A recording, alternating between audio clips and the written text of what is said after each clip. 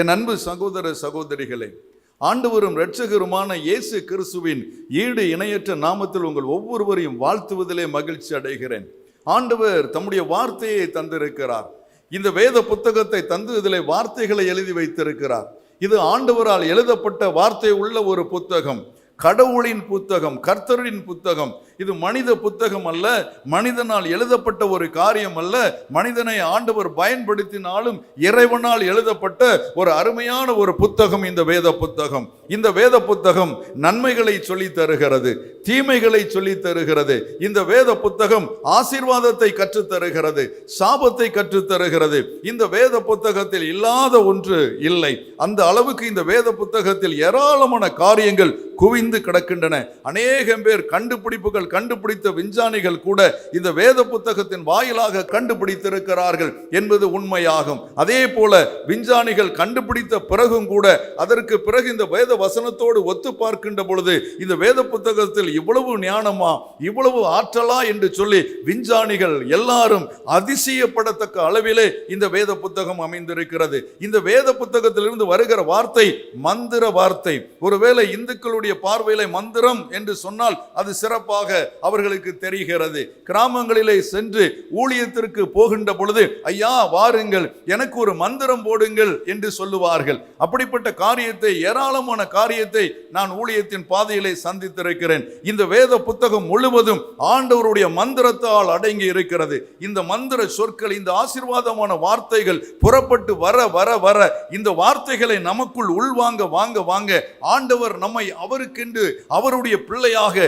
நம்மை சரியான விதத்திலே ஆயத்தப்படுத்தி கொண்டு செல்லுகிறார். அப்படிப்பட்ட ஒரு அருமையான வார்த்தைகள் நிறைந்த புத்தகம் தான் இந்த வேத புத்தகம். இந்த வேத புத்தகத்திலே நமக்கு ஒரு பெரிய ஆறுதலான காரியங்களை அவர் தந்து கொண்டிருக்கிறார், சமாதானமான காரியங்களை தந்து கொண்டிருக்கிறார், ஆசீர்வாதமான காரியங்களை தந்து கொண்டிருக்கிறார். ஒரு கணவன் எப்படி வாழ வேண்டும், ஒரு மனைவி எப்படி வாழ வேண்டும், ஒரு வாலிப பிள்ளை எப்படி இருக்க வேண்டும், சிறு குழந்தைகள் எப்படி இருக்க வேண்டும், பெரியவர்கள் எப்படி இருக்க வேண்டும், முதியவர்கள் எப்படி இருக்க வேண்டும், ஒரு தனி மனிதனுடைய வாழ்க்கை அல்லது ஒரு தனி மனுஷியுடைய வாழ்க்கை எப்படி இருக்க வேண்டும் என்பதற்கு இந்த வேத புத்தகம் மிகவும் அடையாளமாக, அங்கீகாரமாக, ஆசீர்வாதமாக உலகம் முழுவதும் பரவி கிடைக்கிற இந்த புத்தகம் இன்று நம்மோடு கூட பேசுகிறது. அல்லேலூயா! ஒவ்வொரு வாரமும் பேசுகிறது இந்த புத்தகம். இன்றைக்கு ஆண்டவர் ஒரு ஆறுதலான ஒரு வார்த்தையை தந்திருக்கிறார். எரேமியாவின் புஸ்தகம் 31ஆம் அதிகாரம் 16வது வார்த்தை. நீ அழாதபடிக்கு உன் சத்தத்தை அடக்கி, நீ கண்ணீர் விடாதபடிக்கு உன் கண்களை காத்துக்கொள் என்று கர்த்தர் சொல்லுகிறார். உன் கிரியைக்கு பலன் உண்டு என்று கர்த்தர் சொல்லுகிறார். ஒரு வசனத்துல 2 தடவை வாசிக்கிறோம், கர்த்தர் சொல்லுகிறார் என்பதாக. அல்லேலூயா! ஒரு வசனத்துல 2 தடவை கர்த்தர் சொல்லுகிறார், கர்த்தர் சொல்லுகிறார் என்கிற 2 காரியத்தை வாசிக்க முடிகிறது. வேறு வசனத்தில் இப்படி ஒரே வசனத்தில் கர்த்தர் சொல்லுகிறார் என்கிற 2 வார்த்தை இருக்கிறதா என்பது எனக்கு விளங்கவில்லை. ஆனால் இந்த வசனத்திலே ஆண்டவர் தெளிவாக சொல்லுகிறார், கர்த்தர் சொல்லுகிறார் என்று 2 முறை அங்கே அடித்து சொல்லப்பட்டிருக்கிறது. என் அன்பு மகனே, என் அன்பு மகளே, ஒருவேளை உங்களுடைய வாழ்க்கையிலே அழுகை காணப்படலாம், கண்ணீர் காணப்படலாம்.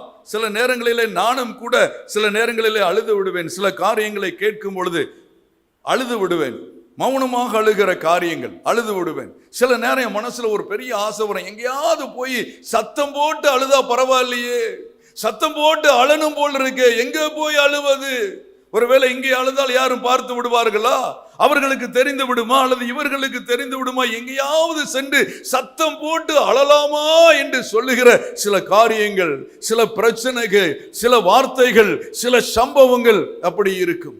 ஒருவேளை நீங்களும் கூட அப்படிப்பட்ட ஒரு அனுபவத்திற்கு கடந்து சென்றிருக்கலாம். ஐயோ, என் வாழ்க்கையில இப்படிப்பட்ட ஒரு கண்ணீர் வாழ்க்கை வந்து விட்டது, சத்தம் போட்டு அழ வேண்டும் என்று இருக்கிறதே என்று சொல்லி உங்கள் வாழ்க்கையிலே அப்படிப்பட்ட ஒரு சம்பவத்தால் நீங்கள் உறைந்து போயிருக்கலாம், வேதனைப்பட்டு கொண்டிருக்கலாம், கண்ணீர் வடித்துக் கொண்டிருக்கலாம். ஐயோ, அழனும் போல இருக்கே என்று சொல்லி, என் அன்பு மகனே, என் அன்பு மகளே, ஏதோ ஒரு பிரச்சனை, ஏதோ ஒரு காரியம் உன் வாழ்க்கையை துக்கப்படுத்தி கொண்டிருக்கிறதா, உன் வாழ்க்கையை அழச் செய்து கொண்டிருக்கிறதா?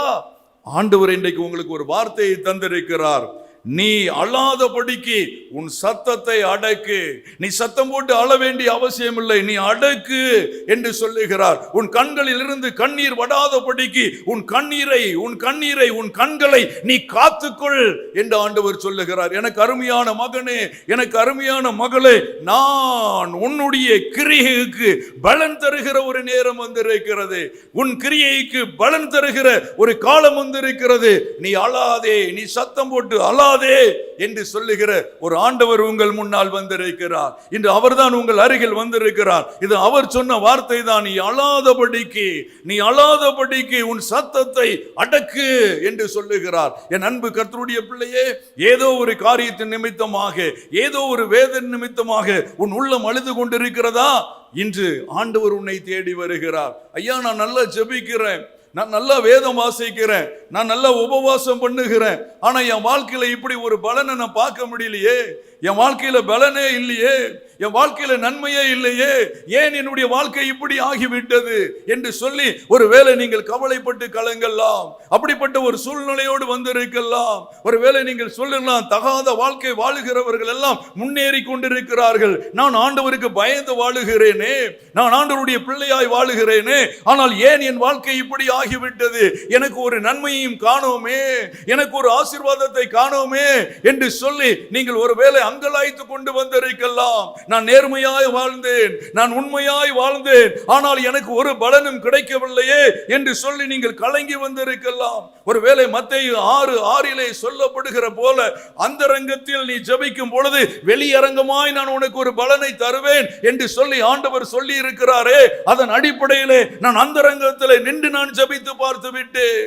அந்தரங்கத்தில் இருந்து ஜெபித்து பார்த்து விட்டேன். அந்த வெளியரங்கமான அந்த பலன் இல்லையே, வெளியரங்கமான அந்த பதில் இல்லையே, வெளியரங்கமான அந்த ஆசீர்வாதத்தை என்னால் காண முடியவில்லையே, வெளியரங்கமான அந்த நன்மை கிடைக்கவில்லையே என்று சொல்லி நீ கலங்கி நிற்கலாம்.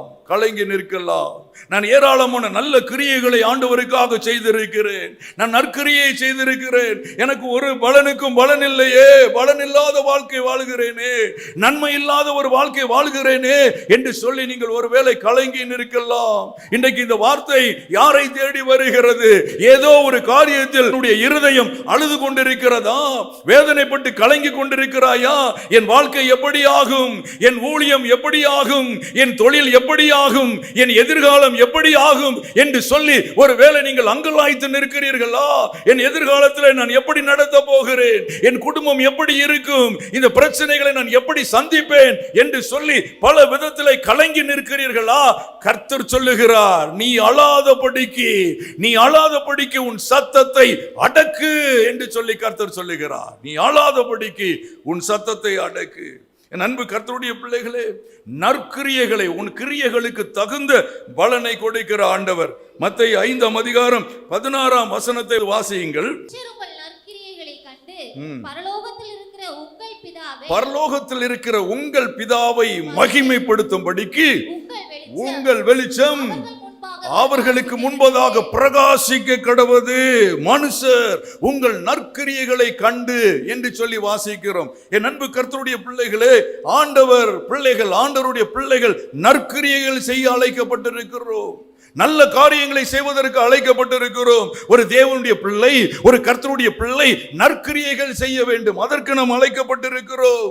நற்கிரியைகளை செய்வதற்கு அழைக்கப்பட்ட ஒருவர் இயேசு கிறிஸ்து. அல்லேலூயா சொல்லுங்க பார்க்கலாம். இயேசு அவர் நற்கிரியைகளை செய்தார் என்று சொல்லி நாம பார்க்க முடியும். அப்போஸ்தலர் 10:38 நீங்கள் வாசித்து பார்த்தால் அவர் நன்மை செய்கிறவராக சுற்றி திரிந்தார் என்று சொல்லி வாசிக்க முடியும். என் அன்பு கர்த்தருடைய பிள்ளைகளே, அருமையான தேவனுடைய பிள்ளையே, என் ஜனமே, நீங்கள் வழிபடுகிற ஆண்டவர், உங்களுடைய அன்பு தெய்வம் நன்மை செய்கிறவராக அவர் சுற்றி திரிந்தார் என்று சொல்லி வாசிக்கிறோம். அப்போ நம்முடைய வேலை என்ன? அவர் நன்மை செய்தது போல நாமும் நற்கிரியை செய்வதற்கு நாம் அழைக்கப்பட்டிருக்கிறோம் என்று சொல்லி நாம் அறிந்து கொள்ள வேண்டும். யோவான் எழுதின சுவிசேஷம் 17:4 நீங்கள் வாசித்து பார்த்தால், நான் செய்யும்படி நீர் எனக்கு நியமித்த கிரியையை செய்து முடித்தேன் என்று சொல்லி இயேசு சொல்லுகிறார்.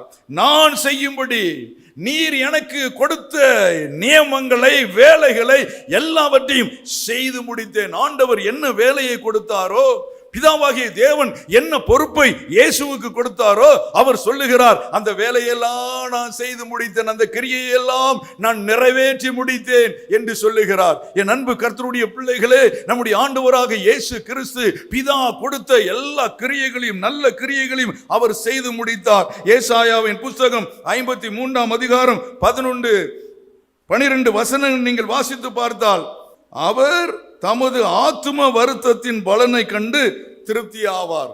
பாருங்க, ஆண்டவர் தம்முடைய ஆத்தும வருத்தத்தினுடைய பலனை கண்டு ஆண்டவரே திருப்தி ஆவார் என்று சொல்லப்பட்டிருக்கிறது. 12ஆம் வசனத்தை நீங்க வாசித்து பார்த்தீங்கன்னா, அக்கிரமக்காரர்களுக்காக அவர் தன்னை அர்ப்பணித்தார் என்று எழுதப்பட்டிருக்கும். அக்கிரமக்காரர்களுக்காக அவர் மரித்தார். பாருங்க, அக்கிரமக்காரர்களுக்கு கூட நற்கிரியைகளை செய்த நம்முடைய ஆண்டவர். பிலிப்பியரின் புத்தகம் 9ஆம் அதிகாரம் 10ஆம் வசனம் அங்கே என்ன சொல்லப்பட்டிருக்கிறது? இப்படி அக்கிரமக்காரர்களுக்காக அவர் மரித்ததனால், எல்லாருக்கும் அவர் நன்மை செய்கிறவராக சுற்றி திரிந்ததனால், ஆதலால் தேவன் அவரை எல்லாவற்றிற்கும் மேலாக உயர்த்தினார் என்று எழுதப்பட்டிருக்கிறது. பிலிப்பியர் 2:9 தேவன் எல்லாவற்றிற்கும் மேலாக அவரை உயர்த்தினார். அல்லேலூயா, அல்லேலூயா. எல்லாவற்றிற்கும் மேலாக அவரை உயர்த்தினார். அப்ப பாருங்க, அடுத்த வசனம் 10ஆம் வசனம்.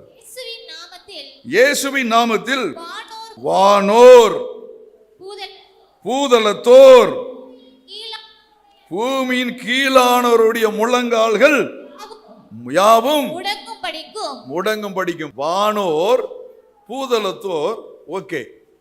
வானோர், பூதலத்தோர், ஓகே. வானோர் முழங்கால் முடங்கட்டும், பூதலத்தோர் முழங்கால் முடங்கட்டும். ஆனா பூமிக்கு அடியில் உள்ளவர்களுடைய முழங்கால் கூட முடங்கும் என்று சொல்லப்பட்டிருக்கிறது. பூமியில் அடியில ஒருவேளை புதைக்கப்பட்டிருக்கிறார்களா அல்லது விதைக்கப்பட்டிருக்கிறார்களா, அவர்கள் முழங்கால்கள் கூட முடங்கும் என்று சொல்லி என்ன செய்ய, அந்த அளவுக்கு தேவன் பூமியின் அடியிலும் பூமியிலும் பூமிக்கு மேலே வானத்திலும் தேவன், பிதாவாகிய தேவன் குமாரனாகிய இயேசுவை உயர்த்தினார். அல்லேலூயா, அல்லேலூயா. உயர்த்தி வைத்தார். என் அன்பு கர்த்தருடைய பிள்ளைகளே, இன்றைக்கு நம்ம ஆண்டவருடைய சமூகத்தில் நற்கிரியைகளை செய்த ஒரு சில காரியங்களை நாம் பார்த்து, யார் எப்படி நற்கிரியைகளை செய்தார்கள், நாம் என்ன செய்ய வேண்டும் என்பதை பார்த்து நாம் முடிக்க போகிறோம். மார்க் எழுதின சுவிசேஷம் 14ஆம் அதிகாரம் 6ஆம் வசனத்திற்கு கடந்து வாருங்கள். இயேசு அவர்களை நோக்கி அவளை விட்டு விடுங்கள், ஏன் அவளை தொந்தரவு படுத்துகிறீர்கள்? என்னிடத்தில் நற்கிரியையை செய்திருக்கிறாள், என்னிடத்தில் நற்கிரியையை செய்திருக்கிறாள் என்கிற ஒரு வார்த்தை. எனக்கு நற்கிரியை செய்திருக்கிறாள். எனக்கு இயேசு சொல்றார், எனக்கு நற்கிரியை செய்திருக்கிறாள். என் அன்பு கர்த்தருடைய பிள்ளைகளே, ஆண்டவருக்கு நற்கிரியை செய்த ஒரு பிள்ளை, அவள் சொல்ற, ஆண்டவரே சாட்சி கொடுக்க, எனக்கு அவள் நற்கிரியை செய்திருக்கிறாள் என்று சொல்லுகிற ஒரு அழகான ஒரு வார்த்தையை நாம் வாசிக்க கேட்டோம். எனக்கு நற்கிரியை செய்திருக்கிறாள். என் அன்புக்குரிய கர்த்தருடைய பிள்ளைகளை, பெத்தானியா என்கிற ஒரு கிராமம், அந்த கிராமத்தில் சீமோன் என்கிற ஒரு குஷ்டரோகியினுடைய வீடு இருக்கிறது. அந்த வீட்டுக்கு ஆண்டவர் விருந்துக்கு போறார். அந்த வீட்டுக்கு ஆண்டவர் விருந்துக்கு போறார். இன்னைக்கு ஒரு குஷ்டரோகி உங்களை விருந்துக்கு கூப்பிடுறான். யார் போவா? குஷ்டரோகி ஒரு லட்டு எடுத்து உங்க கையில கொடுக்குறான். பிரியமா வாங்கி சாப்பிடுவீங்களா? அடே அப்பா, சூப்பர் லட்டு, சாப்பிடுவீங்களா? குஷ்டரோகியா இருந்து சுகமாக்கிக்கலாம், ஆண்டு சுகமாக்கி அங்கே போய் சாப்பிட போயிருக்கலாம். ஆனால் குஷ்டரோகி வீட்டுக்கு என்ன செய்யிருக்கிறாரு? இயேசு போய் விருந்துக்கு போயிருக்கிறார். நீங்கள் போவீங்களா, போக மாட்டீங்களா? அந்த குஷ்டரோகின்னு ஒன்று எனக்கு ஒரு சம்பவம் நினைவுக்கு வரும். குஷ்டரோகத்தை பற்றி பேசினா, நான் வந்த புதுசுன்னு நினைக்கிறேன். நானும் என் மனைவியும் புதுசாக அந்த ஊருக்கு ஊழியத்துக்கு வந்திருக்கிறோம். ஒரு 2-3 வாரம் ஆராதனை நடத்தியிருப்போம். ஒரு ஞாயிற்றுக்கிழமை தோறும். ஆனால் ஆராதனை மட்டும் நடந்தோம். நாங்கள் 2 பேரும் இருந்தாலும் நடக்கும். அப்படி நடத்தும் போது ஒரு நாள் குஷ்டரோகியை இயேசு தொட்டார், இயேசு குஷ்டரோகியை தொட்டார், இயேசு குஷ்டரோகியை தொட்டார்னு ஒரே பிரசங்கம் பண்ணி முடிச்சாச்சு. உண்மையிலே ஒரு குஷ்டரோகி வந்து நிற்குது. ஒரு குஷ்டரோகம் பிடிச்சி ஒரு அம்மா விரலை காணும், ஒரே புண்ணு, அப்படியே கால் கையெல்லாம் அந்த கால் விரலாம் அழுகி கிடக்குது. நான் உங்களை மாதிரி தானே, நானும் அப்படி 2 ஸ்டெப் அப்படி பின்னால் வச்சு 2 பின்னால் இப்படி கை நீட்டு. மற்றவங்களாம் அப்படி தொட்டு சொன்னோம்னா இப்போ கை நீட்டி ஆண்டவரே அப்படின்னு. ஆண்டவரேன்னு சொன்னோம்னா அவரு, ஏண்டா இவ்வளோ நேரம் நீ என்னடா பிரசங்கம் பண்ணா? இயேசு தொட்டார்னு சொன்னல, பேசுனியாடா? இயேசு தொட்டார், நீ தொட மாட்டியா? இயேசு தொடுவார், நீ தொட மாட்டியாடா அப்படின்னு கேரு. நான் வீட்டுக்கு ரூம்குள்ளே போயிட்டேன். அப்போ சின்ன ரூமில் தான் நடந்த ஆராதனை. உள்ளே போயிட்டேன். ஆண்டவர் இந்த ஊழியம் வேண்டாம், பேக் டு திருநெல்வேலிக்கு என்ன செய்ய போகிறேன், நான் திரும்பி போகிறேன், எனக்கு இந்த ஊழியம் வேண்டாம் அப்படின்ட்டு. ஆனால் ஆண்டவர் சொல்கிறாரு, இல்லை நீ போய் ஜெபிக்கணும், எப்படி பிரசங்கம் பண்ணியோ அப்படி ஜெபிக்கணும். அப்போ பிரசங்கம் பண்ணுறது எப்படி பண்ணுறோமோ அப்படி இருக்கணும்னு ஆண்டவர் நினைச்சு போகிறாரு, ஆசைப்படுறேன். தொடு, நீ தானே இவ்வளோ நேரம் பேசினா, இன்னைக்கு பார்த்து அப்படி ஒரு தலைப்பை எடுத்து பேசியிருக்கணும். இப்போ பாருங்க, ஆனால் ஆண்டவர் என்ன சொல்கிறார், நீ போய் தொடணும், நீ போய் தொட்டு ஜெபிக்கணும். நான் போராடுறேன், பேக் பண்ணிடலாம்லாம் நினச்சிட்டோம், ஓடியதுக்கு புட்டுட்டு ஓடிடலாம் அப்படின்னு கூட நினச்சிட்டோம். ஆனால் இறுதியில் ஆண்டவர் பேசி பேசி பேசி என் மனசை சரிப்படுத்தி போய் ஜோமனை வச்சுட்டார். தேங்காய் பாட்டில் எடுத்தேன், அப்படியே போனேன், அந்த கையிலையும் கால்லையும் ஊற்றி உண்மையிலேயே தொட்டு ஜோம் பண்ணேன். உண்மையிலேயே தொட்டு எண்ணெயை பூசி ஜோம் பண்ணேன். ஒரு வாரத்தில் அந்த குஷ்டரோகியின் காலில் புண்ணு இல்லாமல் கர்த்தர் அற்புத விதமாய் சுகம் கொடுத்தார். அற்புத விதமாய் சுகம் கொடுத்தார். நடந்தது. அந்த தாயார் இன்னும் ஊரில் இருக்கிறாங்க. இடையில ஊழியத்துக்கு போகும்போது ஒரு சிலரை கூட்டு போய் அதை காட்டிட்டு வந்தேன். இன்னும் அந்த அம்மா உயிரோடு இருக்காங்க. போன ஐயா அப்படின்னு சொல்லி அழைப்பாங்க, அன்போடு அழைப்பாங்க. இன்னும் உயிரோடு தான் இருக்கு. அப்போ இந்த குஷ்டரோகி என்கிற அந்த சம்பவம் வந்த உடனே எனக்கு இந்த சம்பவம், அந்த குஷ்டரோகி வீட்டில் போய் ஆண்டவர் என்ன செய்யறாரு, விருந்துக்கு இருக்கிறார். அப்போ திடீர்னு அங்கு ஒரு பெண் வருகிறாள். மரியாள் என்கிற ஒரு பெண் வருகிறாள். அந்த பெண் என்ன செய்யறான்னா, ஒரு நல்ல ஒரு வாசனை செண்டு பாட்டில், நம்மளுக்கு தெரிஞ்ச செண்டு பாட்டில்னு வச்சுக்கிடுங்களா, 300 ரூபாய் பெருமான செண்டு பாட்டில், 300 ரூபாய் பெருமான செண்டு பாட்டில் எடுத்துக்கிட்டு அவள் வந்து இயேசுநாதர்கிட்ட வந்து நிற்கிறான். நின்று அந்த செண்டு பாட்டிலை உடைச்சி இயேசுவின் தலையில் ஊற்றிட்டான். ஊற்றின உடனே நம்ம ஆட்களுக்கு சீசர்களுக்கெல்லாம் என்ன வந்துட்டுன்னா, கோபம் வந்துட்டு. இயேசுநாதருக்கு கொடுத்ததுக்கே கோபம் வந்துச்சுன்னா அவன் எப்படிப்பட்ட ஆளாக இருப்பான்? அப்படிப்பட்ட ஆட்கள் யாராவது இங்கே இருக்கீங்களா? இயேசுநாதருக்கு வேலை செஞ்சு கொடுத்தா, இயேசுநாதருக்கு ஊழியம் செஞ்சு கொடுத்தா, இயேசுநாதருக்காக சில காரியங்களை நம்ம செஞ்சு கொடுத்தா, சிலருக்கு கோபம் வந்தா இப்படித்தான். பிரைஸ் தி லார்ட், அல்லேலூயா சொல்லுங்க பார்க்கலாம். மார்க் 14:4 வசனம். அப்பொழுது சிலர் தங்களுக்குள்ளே விசனம் அடைந்து இந்த தைலத்தை இப்படி வீணாய் செலவழிப்பானேன். ஒரே செண்டு பாட்டில்.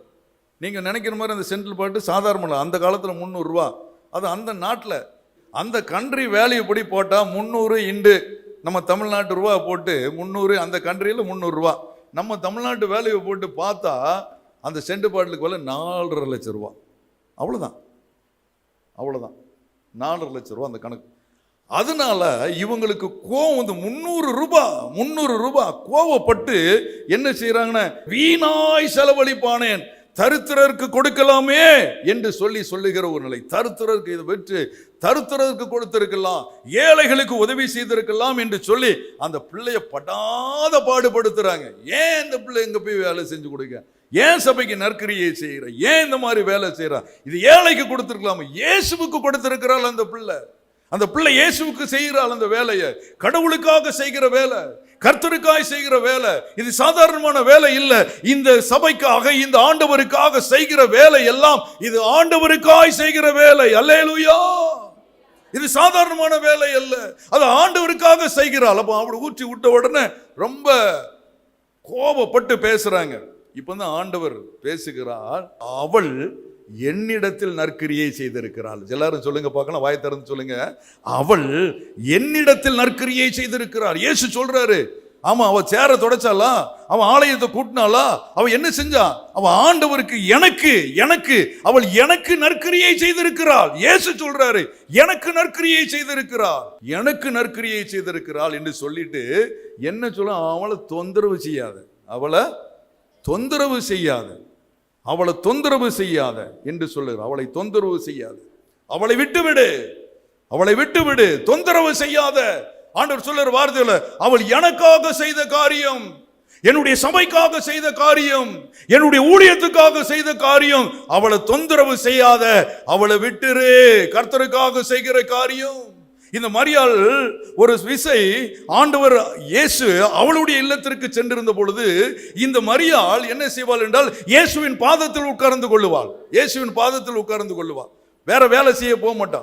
மார்த்தாளுக்கு ஒரே கவலை, எப்படியாவது சமையல் வேலை செய்யணுமே, இந்த சமையல் வேலைக்கு ஹெல்ப் பண்ண ஆள் வரலையே, எனக்கு மற்ற வேலையை உதவிக்கு ஆள் இல்லையே, இந்த உதவிக்கு ஆள் இல்லாம மரியாள் மாத்திரம் இயேசுநாதர் பக்கம் போய் உட்கார்ந்துட்டாலே அப்படின்னு சொல்லி மிகப்பெரிய ஒரு வேதனை.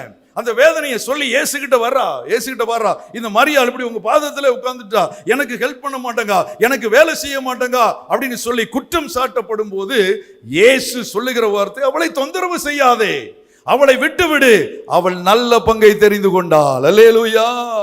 அவளை விட்டுவிடு, அவளை தொந்தரவு செய்யாதே, அவள் நல்ல பங்கை தெரிந்து கொண்டாள். கர்த்தருக்காக செய்கின்ற பொழுது கொடுக்கிற தொந்தரவு இருக்கக்கூடாது, தொந்தரவு செய்யாதே என்று சொல்லி ஆண்டவர் சொல்லுகிறார். எனக்கு அருமையான கர்த்தருடைய பிள்ளையே, அதுக்கு பலன் என்ன தெரியுமா? சொல்லிட்டு ஆண்டவர் என்ன சொல்றாரு தெரியுமா? ஒரு பெரிய காரியத்தை சொல்றாரு, ஒரு பெரிய காரியத்தை, அதுக்கு ஒரு பலன் கொடுக்கிறார். என்ன பலன் அப்படின்னா அதுதான் பெரிய முக்கியமான காரியம். ஒரு காரியம் என்ன சொல்றாருன்னா, அவள் என்னுடைய மரணத்துக்கு அடையாளமான அந்த காரியத்தை, நான் சாக போறேன் அப்படின்னு சொல்லி என்னுடைய மரணத்தை அடையாளப்படுத்தி, மரணத்துக்கு பிறகு இந்த மாதிரி வாசனை தைலத்தை ஊற்றுவது இஸ்ரவேலுடைய பழக்கம். அப்படி அவள் ஊற்றுவதற்கு அவள் முந்தி கொண்டாள் என்று சொல்லுகிறார். அல்லேலூயா.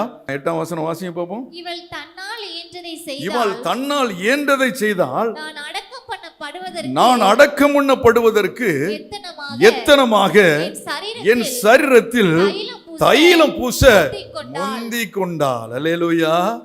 முந்தி கொண்டாள். பாருங்க, ஆண்டவர் சொல்ற சாட்சியை பாருங்க. நான் மரிக்க போறேன்பா, மரிக்க பிறகு எல்லாரும் தைலம் பூசுறதுக்கெல்லாம் வருவாங்கப்பா, ஆனா இவ அதை என்ன செய்தால், அதை ஒரு தரிசனமாய் உணர்ந்து முந்தி கொண்டாள் என்று சொல்றார். அல்லேலூயா சொல்லுங்க பார்க்கலாம். முந்தி கொண்டாள். கர்த்தருக்கு வேலை செய்வதற்கு, கர்த்தரிடத்தில் நற்கிரியை செய்வதற்கு முந்தி கொள்ள வேண்டும், முந்தி கொள்ள வேண்டும். அதைத்தான் ஆண்டவர் விரும்புகிறார். நான் ஆண்டவருக்காய் செய்ய வேண்டும், இயேசுவுக்காய் செய்ய வேண்டும். இதனால் உங்க குடும்பத்தில் சில வேலைகள் பாதிக்கப்படலாம், உங்கள் மாடுகள் பாதிக்கப்படலாம், உங்கள் பால் கறக்கிற காரியங்கள் பாதிக்கப்படலாம். ஆனா கொஞ்ச நாள் அது உண்மையான உள்ளத்தோடு, நீங்க உண்மையான எந்த விதமான கோபமும் எந்த விதமான மனக்கசப்பும் இல்லாதபடி நீங்கள் ஆண்டவருக்காக செய்ய விட்டு பாருங்கள்.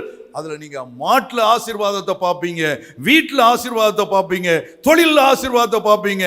காரணம், கர்த்தர் அங்க இறங்கி கிரியை செய்ய ஆரம்பிப்பார். அல்லேலூயா, அல்லேலூயா.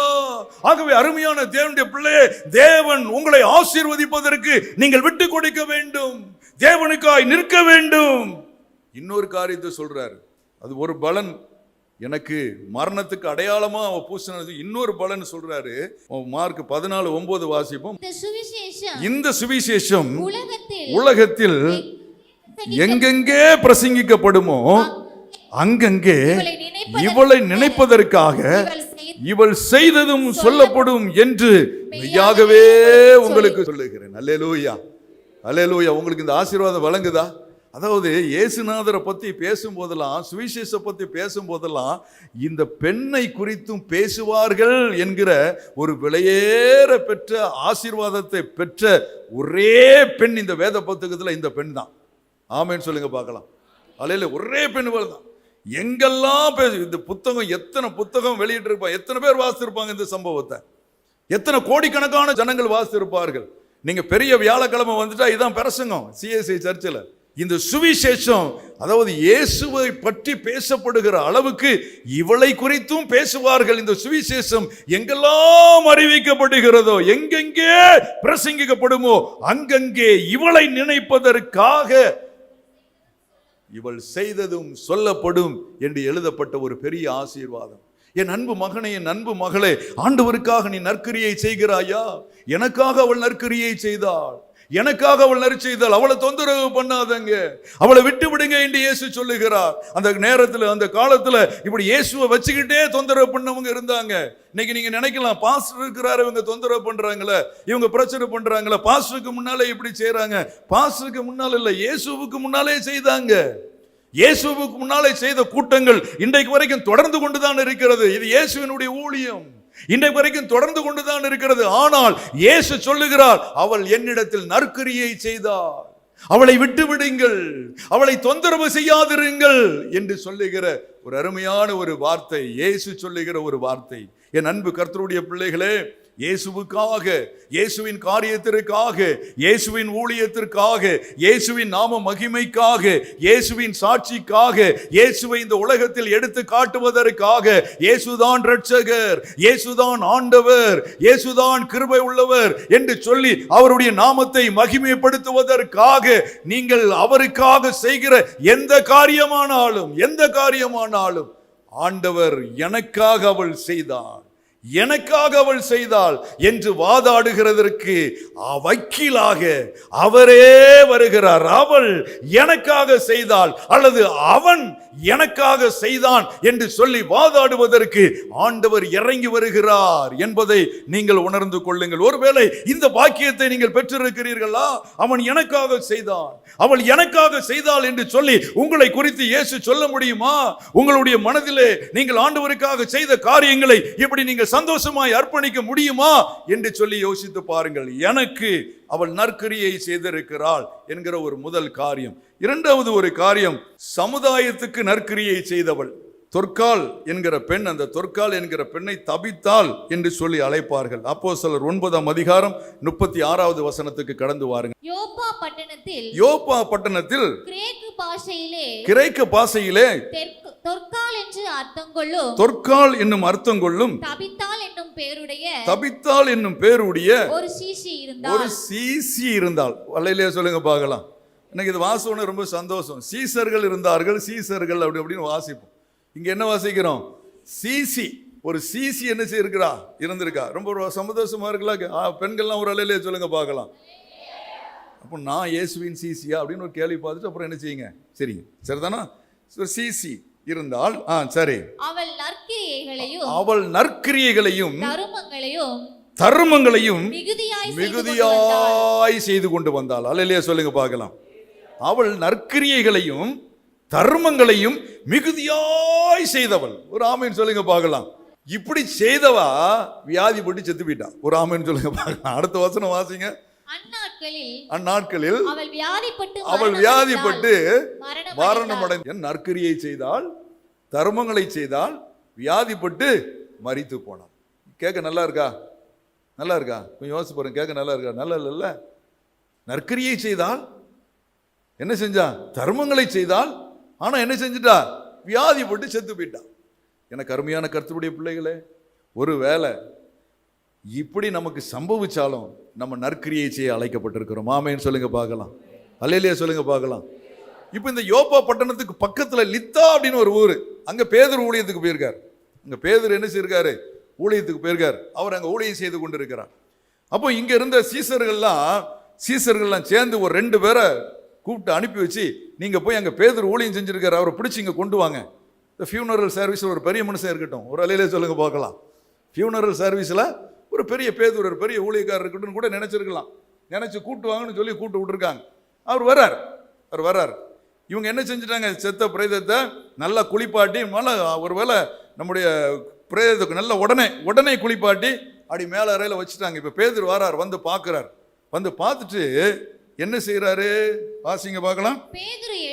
பேதுரு எழுந்து அவர்களுடனே கூட போனான். அவன் போய் சேர்ந்த பொழுது அவர்கள் அவனை மேல் வீட்டுக்கு அழைத்து கொண்டு போனார்கள்.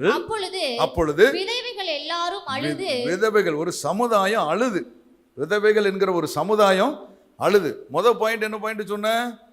எனக்கு நற்கிரியை செய்தால். இரண்டாவது பாயிண்ட், சமுதாயத்துக்கு நற்கிரியை செய்தவள். சமுதாயத்துக்கு நற்கிரியை செய்தவள். அப்ப பாருங்க, இவ ஒரு கூட்டம், ஒரு விதவை கூட்டம் என்ன செய்து அழுது. இந்த தொற்காலை குறித்து, இந்த தபித்தாளை குறித்து அழுகிறது. இவள் எனக்கு நன்மை செஞ்சா, இவ எனக்கு நல்ல ஆடை தைச்சு கொடுத்தா அப்படின்னு சொல்லி எங்களுக்கெல்லாம் நல்ல உதவி செய்த பெண் என்று அழுகிறாள். இப்படி அழுகிறத பார்க்கறாங்க. இப்படி ஒரு நல்ல பிள்ளையா, தான தர்மம் செஞ்ச பிள்ளையா அப்படிங்கிறது, அவள் செய்த தர்மங்களை குறித்தும் அவள் செய்த நற்கிரியைகளை குறித்தும் அப்படி சுற்றி அந்த பாடியை சுத்தி நின்று எல்லாரும் பேசுறாங்க. இதை அப்படி கேட்கிறார். இதை கேட்ட உடனே என்ன செஞ்சாரு? வாசிங்க. பேதுரு எல்லாரையும் வெளியே போ சொன்னான். ஒரு ஆமென் சொல்லுங்க பார்க்கலாம். ஏன்னா இயேசுநாதர் எங்கெல்லாம் செத்தவங்களை எழுப்ப போனாரோ அங்கெல்லாம் உள்ள இருந்தவங்களை வெளியே அனுப்புனார். வெளியே அனுப்பிட்டு தான் அவர் செஞ்சார். அப்போ கூட இருந்து ஊழியத்தை பார்த்துட்டு இப்போ பிராக்டிஸ் பண்றான். எல்லாம் வெளியே போங்கப்பா அப்படின்னு சொல்லிட்டு முழங்கால் படியிடுகிறான். என்ன செய்கிறான்? முழங்கால் படியிட்டான், ஜெபித்தான். முழங்கால் படியிட்டான், ஜெபித்தான். இப்போ பாருங்க, பிரேதத்தின் பக்கமாய் திரும்புகிறான். ஒரு ஆமென் சொல்லுங்க. இதுவரைக்கும் பிரேதத்தின் பக்கத்தில் இல்ல, ஆண்டவருடைய பக்கத்துல முழங்கால் படிட்டு ஆண்டவரை பார்த்து ஜெபிச்சுக்கிட்டு இருந்தா, இப்ப எல்லாம் ஜெபிச்சு முடிச்சிட்டு பிரேதத்தின் பக்கமாய் திரும்பி, தபித்தாளே எழுந்திரு. எல்லாரும் சொல்லுங்க பார்க்கலாம், தபித்தாளே எழுந்திரு. எல்லாரும் வாய் திறந்து சொல்லுங்க, தபித்தாளே எழுந்திரு. உங்களுக்குள்ள இருக்கிற தபித்தாள் எழுந்து வரட்டும். ஒரு அல்லேலூயா சொல்லுங்க பார்க்கலாம். ஆமென் சொல்லுங்க, அல்லேலூயா சொல்லுங்க. உங்களுக்குள் இருக்கிற தபித்தாள், உங்களுக்குள் இருக்கிற பேதுரு எழும்பி வரட்டும், எழும்பட்டும். உங்களுக்குள் இருக்கிற அந்த நற்கிரியை எழும்பி வரட்டும். தபித்தாளின் ஆசீர்வாதங்கள், தபித்தாள் செய்த காரியங்கள் நமக்குள் எழுப்புதலாக எழும்பி வரட்டும். தபித்தாள் நற்கிரியை செய்தால், தர்மங்களை செய்தால், தபித்தாளே எழுந்திரு என்று சொன்ன உடனே தபித்தா என்ன செஞ்சுட்டா? எழுந்து உட்கார்ந்துட்டான். இப்போ ஆண்டவர் கை கொடுக்கிறார், பேதுரு கை கொடுக்கிறார். ஆமென். கை கொடுத்து அவளை அப்படி தூக்கி நிறுத்தி வெளியே கொண்டு வந்து உயிரோடு நிறுத்துகிறார். அல்லேலூயா சொல்லுங்க பார்க்கலாம். உயிரோடு நிறுத்துகிறார். அவள் செய்த நற்கிரியைக்கு, அவள் செய்த அந்த தர்மத்திற்கு கர்த்தர் கொடுத்த பலனை பாருங்க. ஆயுசு நாட்களை பெருக பண்ணுகிறார். அல்லேலூயா. ஆயுசு நாட்களை பெருக பண்ணுகிறார். எனக்கு அருமையான தேவ பிள்ளையே, உங்கள் குடும்பங்கள் உங்களுடைய இந்த ஊழியத்திலே செய்த நற்கிரியைக்கு ஏதாவது ஒரு பலனை கர்த்தர் உங்க குடும்பத்தில் செய்திருப்பார். அது உங்களுக்கு தெரியாமல் இருக்கலாம், அது மறைந்து காணப்படலாம். ஆண்டவர் செய்த நன்மைகள் எல்லாம் நமக்கு வெளிப்படையாக இல்லை. சில காரியம் நமக்கு தெரிந்து சாட்சியா சொல்றோம். ஆனா எத்தனை விஷயங்களை நமக்கு தெரியாமலே நமக்கு உதவி செய்திருக்கிறார், நமக்கு தெரியாமலே நன்மை செய்திருக்கிறார். எவ்வளவு ஆசீர்வாதங்களை என்னுடைய வாழ்க்கையிலே கர்த்தர் தந்திருக்கிறார் என்பதை நீங்கள் ஒரு நாளும் மறக்க கூடாது. அல்லேலூயா. வெளிப்படையாக உனக்கு தெரிந்த நன்மைகளை மாத்திரம்தான் ஆண்டவர் எனக்கு செய்தார் என்று சொல்லி நினைத்து ஏமாந்து விடாதீர்கள். உங்களுக்கு தெரியாத காரியங்கள், உங்களுக்கு அறியாத காரியங்கள், உங்களுக்கு தெரியாமல் வந்த அச்சங்கள், உங்களுக்கு தெரியாமல் வந்த வியாதிகள், உங்களுக்கு தெரியாமல் வந்த பயங்கள், உங்களுக்கு எதிராக வைக்கப்பட்ட கண்ணிகள், இங்கே கண்ணி இருக்கிறது, இங்கே பிரச்சனை இருக்கிறது என்று தெரியாமல் இருந்த காரியத்திலே உங்களுக்கு தெரியாமலேயே எத்தனையோ இடத்திலே கர்த்தர் உங்களை பாதுகாத்து இருக்கிறார், கர்த்தர் உங்களை நடத்தி இருக்கிறார், கர்த்தர் உங்களுக்கு உறுதுணையாய் இருந்திருக்கிறார் என்பதை நீ மறந்து போகாதே. அல்லேலூயா. கண்ணிலார் பார்த்த சாட்சியை நீ சொல்லுகிறாய், காணாமல் சாட்சி ஏராளம் இருக்கிறது உன் வாழ்க்கையிலே. உன் வாழ்க்கையில எண்ணற்ற அற்புதங்களையும் அடையாளங்களையும் அதிசயமாய் ஆண்டவர் செய்திருக்கிறார். நீ மறந்து போகாதே. தபித்தாள் நற்கிரியை செய்தாள், தர்மங்களை செய்தாள். சிலர் ஆண்டவருக்கு கொடுக்கும் போது அதை தடையா நிற்பாங்க, ஆண்டவருக்கு வேலை செய்யும் போது தடையா நிற்பாங்க. அப்படி ஒரு நாள் நிற்காதீர்கள். மனிதனுக்கு விரோதமாக எவ்வளவு வேணாலும், எனக்கு விரோதமாக நீங்க எவ்வளவு வேணாலும் எதிர்த்து நில்லுங்கள். ஆனால் ஆண்டவருக்கு செய்கிற காரியத்தில் ஒரு நாளும் துணிகரமாக எதிர்த்து நிற்காதீர்கள். ஒரு நாளும் துணிகரமாக எதிர்த்து நிற்காதீர்கள். அது உங்களுக்கு உங்களுடைய ரிப்போர்ட் பரலோகத்தில் எழுதப்படாமல் போய்விடும். அது உங்களுடைய ரிப்போர்ட்ல பரலோகத்தில் அது மிகவும் மோசமாக அது என்ன செய்யப்படும், சித்தரிக்கப்படும் என்பதை நீங்கள் மறந்து விடாதீர்கள். முதலாவது எனக்கு நற்கிரியை செய்தால், இரண்டாவது சமுதாயத்துக்கு நற்கிரியை, மூன்றாவது சபைக்கு நற்கிரியை. நெகேமியாவின் புஸ்தகம் 13ஆம் அதிகாரம் 14வது வார்த்தையை வாசி. என் தேவனே, நான் என் தேவனுடைய ஆலயத்துக்காகவும் அதன் முறைமைகளுக்காகவும் செய்த நற்கிரியைகளை குலைத்து போடாமல் இந்த காரியத்திலே என்னை நினைத்தருளும். இங்க பாருங்க, நெகேமியா இப்படி ஜெபம் பண்ற, ஆண்டவரே என்னை நினைத்தருளும், நான் நற்கிரியை செய்திருக்கிறேன், ஆண்டவரே என்னை நினைத்தருளும். அந்த நற்கிரியைகளை குலைத்து போடாமல், அந்த நற்கிரியைகளுக்கு எனக்கு நன்மை கிடைக்காமல் குலைத்து போடாமல் இந்த காரியத்திலே என்னை நினைத்தருளும் என்று சொல்லி ஜெபிக்கிறான். என்னை நினைத்தருளும். என் அன்பு கர்த்தருடைய பிள்ளைகளே, ஒரு வேளை உங்களுடைய வாழ்க்கையிலும் நீங்க அப்படி நினைக்கலாம், நான் நிறைய நற்கிரியைகளை செய்திருக்கிறேன், நிறைய காரியத்தை செய்திருக்கிறேன், ஆனா அதுல ஒரு ஆசீர்வாதத்தையும் காணலையே அப்படின்னா நீங்க இப்படி ஜெபிக்கலாம். என்னை நினைத்தருளும் ஆண்டவரே, நான் உமக்காக இதை செய்தேன்ல, என்னை நினைத்தருளும், என் குடும்பத்தை நினைச்சருளுங்கப்பா, நாங்கள் இதெல்லாம் உமக்காக செஞ்சுருக்கோம், உண்மையிலே உமக்காக செஞ்சுருக்கிறோம். ஒரு வேளை உமக்காக செஞ்சுட்டு அதை கோபமா, அதை வருத்தமா, அதை ஏளனமா, அதை கேவலமா, அதை பரியாசமா நான் பேசியிருந்தால், நான் பேசியிருந்தால் ஆண்டவரே எங்களை மன்னிச்சிருங்கப்பா, இது உம்முடைய வேலை ஆண்டவரே, இது உம்முடைய வேலை, இது சாதாரணமான வேலை, இது கர்த்தருடைய வேலை, ஊழியம் கர்த்தருடையது. எத்தனை பேர் விசுவாசிக்கிறீங்க? ஊழியம் கர்த்தருடைய. ஒரு மனிதன் நிச்சயமா செய்ய முடியாது, நம்ம ஒரு சமுதாயமா நம்ம சேர்ந்து தான் செய்ய முடியும்.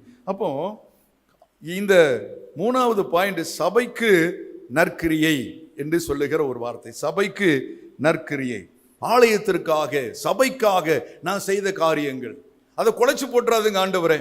குலைச்சு ஏதோ ஒரு காரியத்தின் நிமித்தமா, எங்க கோபத்தின் நிமித்தமாக, அல்லது எங்களுடைய உற்சாகமின்மையின் காரணமாக, அல்லது நாங்கள் விருப்பம் இல்லாமல் செய்த காரியமாக இருந்தால் அதை குலைத்து போடாமல், இந்த காரியத்தில் இதெல்லாம் நாங்கள் செஞ்சுட்டோம்ல ஆண்டவரே, எங்களை நினைச்சுக்கிடுங்கப்பா என்று சொல்லி ஆண்டவர் கூப்பிட சொல்லுகிறார். இந்த நெகேமியா ஒரு பெரிய சீர்திருத்தத்தை கொண்டு வந்தவன், ஒரு பெரிய சீர்திருத்தம். எருசலேமினுடைய அலங்கம் இடிக்கப்பட்டு கிடக்கிறது, அந்த அலங்கம் இடிக்கப்பட்டு கிடக்கிறது. இப்படிப்பட்ட சூழ்நிலையில பெர்சியாவிலே, பாபிலோனிலே அங்கே அடிமைப்பட்டு கிடக்கிறான். பாபிலோன் ராஜாவுக்கு இவன் பானபத்திரக்காரனாக இருக்கிறான். அவர் ரசத்தை கொடுக்கிறதுக்கு பானபத்திரக்காரனாக இவன் இருக்கிறான். அப்படிப்பட்ட ஒரு சூழ்நிலை. அப்போ ஒரு நாள் ராஜாவுக்கு இவன் அந்த பானபத்திரம், அந்த ஜூஸை கொடுக்கிறதுக்கு அவன் ஆயத்தமாக இருக்கின்ற பொழுது இவன் முகம் எல்லாம் வாடி கிடக்கிறது, வருத்தத்தோடு நிற்கிறான், மிகுந்த சோகம். ராஜா பார்க்கிறார், ஏன் உன்னுடைய முகத்திலே கவலை தருகிறது, உன்னுடைய முகத்திலே கவலை தருகிறது.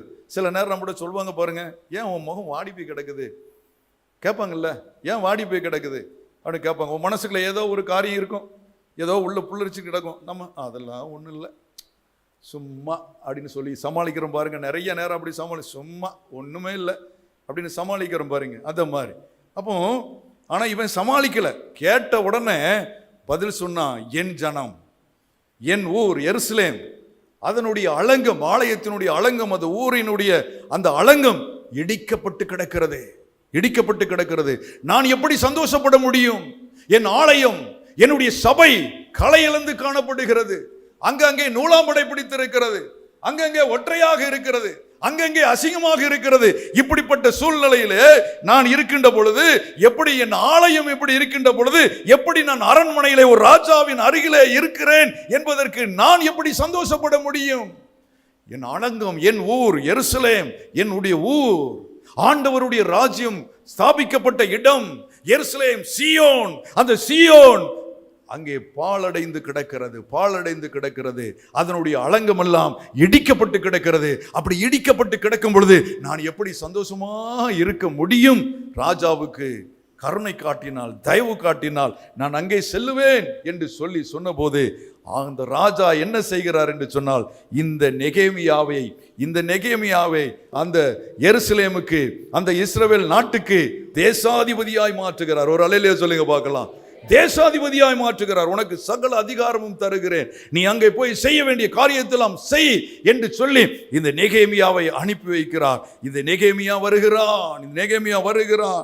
அங்கே ஒரு பெரிய காரியத்தை அவன் சாதிக்கிறான். எல்லா திருத்தத்தையும் கொண்டு வருகிறான். பலவிதமான வேலைகளை செய்கிறான். மக்களுடைய பதிவுகளை பதிவு செய்கிறான். மக்களுக்கு ஊர் இல்லாத ஊர்களிலே மக்களை குடியூர்த்தவர் அந்த மக்களுக்கு தேவையான காரியங்களை செய்கிறான். ஆண்டவருடைய சுவிசேஷத்தை அறிவிக்க சொல்லுகிறான். இதுதான் கட்டளை, இதுதான் தீர்ப்பு, இப்படித்தான் நீங்கள் வாழ வேண்டும் என்று சொல்லி அந்த இஸ்ரவேல் சமுதாயத்துக்கு ஒரு பெரிய சீர்திருத்தத்தை கொண்டு வருகிறான்.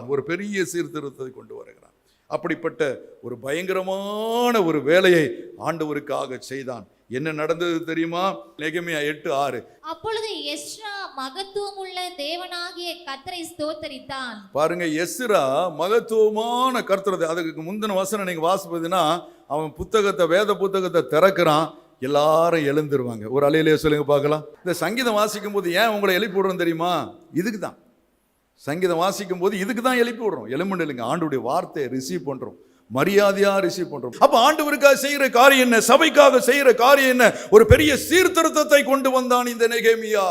அப்படிப்பட்ட நெகேமியாக்கள், சபைக்குள்ளே சீர்திருத்தம் கொண்டு வருகிற நெகேமியாக்கள் எழும்ப வேண்டும். சீர்திருத்தம் பண்ணுகிறவர்கள், சரியாய் பண்ணுகிறவர்கள், ஆசீர்வதிக்கப்படுகிறவர்கள் சபைக்குள்ளே எழும்ப வேண்டும். அப்படி எழும்புகிற காரியத்தை நெகேமியாக்களை கர்த்தர் தர வேண்டும், சபையிலே தர வேண்டும். எந்த காரியமானாலும் நெகேமியாக்கள் எழும்ப வேண்டும். நான் ஆண்டவருக்காக எழும்புவேன். அதனால தான் நெகேமியா தைரியமா சொல்லுறான், ஆண்டவர் நான் ஒரு பெரிய சீர்திருத்தத்தை கொண்டு வந்துட்டேன், கர்த்தருடைய சபைக்கு ஒரு பெரிய ஆசீர்வாதத்தை கொண்டு வந்துட்டேன், அநேக மக்களை மாத்திட்டேன், இஸ்ரவேல் ஜனங்கள்லாம் சீர்குலைந்து காணப்பட்டார்கள். சீர்குலைந்து அப்படிப்பட்ட ஜனங்களை மாற்றி ஆசீர்வதித்து அநேக காரியங்களை அவன் கொண்டு வந்தான். கலப்பு திருமணம் செய்யக்கூடாதுன்னு கொண்டு வந்தான். காணிக்க ஒழுங்கா கொடுக்கணும்னு கொண்டு வந்தான். ஒரு ஓய்வு நாளை கரெக்டா ஆசரிக்கணும்னு கொண்டு வந்தான். அந்த தேசாதிபதி ஆன பிறகு அவன் புதிய புதிய சட்டங்களை எல்லாம் போட்டு ஆண்டவருடைய நாமத்துக்கு மகிமையாய் எதையெல்லாம் செய்ய வேண்டுமோ அதையெல்லாம் இந்த நெகேமியா கட்டி எழுப்பினான். அல்லேலூயா. சபையில் உடைந்து கிடக்கிற அலங்கம், சபையில் கிடக்கிற அந்த அலங்கம் கட்டப்பட வேண்டும். அதே போல உன் இருதயம் உடைந்து கிடக்கிறதா? உன் இருதயத்தினுடைய அலங்கம் உடைந்து கிடக்கிறதா? பிசாசால், பாவ காரியத்தினால், அழுக்கான காரியத்தினால் அது தகர்க்கப்பட்டு கிடக்கிறதா? அந்த அலங்கத்தை, இருதயத்தின் அலங்கத்தை முதலாவது கட்டு. இரண்டாவது சபையின் அலங்கத்தை கட்டுவதற்கு பாடுபடு. இப்படிப்பட்ட நற்கிரியைகளை செய்யும் போது ஒருவேளை கர்த்தர் உன்னை ஆசீர்வதிக்காம குலைச்சி போட்டா கூட, ஆண்டவரே நான் செய்த நற்கிரியைகளை நினைத்தருளும் என்று சொல்லி ஜெபிக்கின்ற பொழுது ஒரு பெரிய எழுப்புதல் நடந்தது. தொடர்ந்து வாசிங்க. எஸ்தரா ஸ்தோத்தரித்தான். ஜனங்கள் எல்லாரும் கைகளை குவித்து அதற்கு மறுமொழியாக ஆமென் ஆமென் ஆமென் ஆமென் என்று சொல்லி அந்த சீர்திருத்தத்திற்கு, ஆண்டவருக்கு அப்படியே ஆக கடவது, அப்படியே ஆக கடவது, நாங்கள் அப்படியே நடப்போம், தேவ சித்தத்திற்கு நடப்போம் என்று சொல்லி அப்படியே நடப்போம் நடப்போம் நடப்போம் என்று சொல்லி சீர்குலைந்து கிடந்த ஜனங்கள், ஆண்டவரை விட்டு விலகி கிடந்த ஜனங்கள், ஆண்டவரை விட்டு உடைந்து கிடந்த ஜனங்கள், ஆண்டவரை விட்டு பிரிந்து கிடந்த ஜனங்கள் ஆமென் ஆமென் ஆமென் என்று சொல்லி ஒரு பெரிய எழுப்புதலை அடைந்தார்கள். ஒரு எழுப்புதல் தீ அன்றைக்கு பற்றி எரிந்தது. அதற்கு நெகேமியா மிகப்பெரிய பாலமாக இருந்தான். அப்படிப்பட்ட நெகேமியாக்கள் எழும்ப வேண்டும்.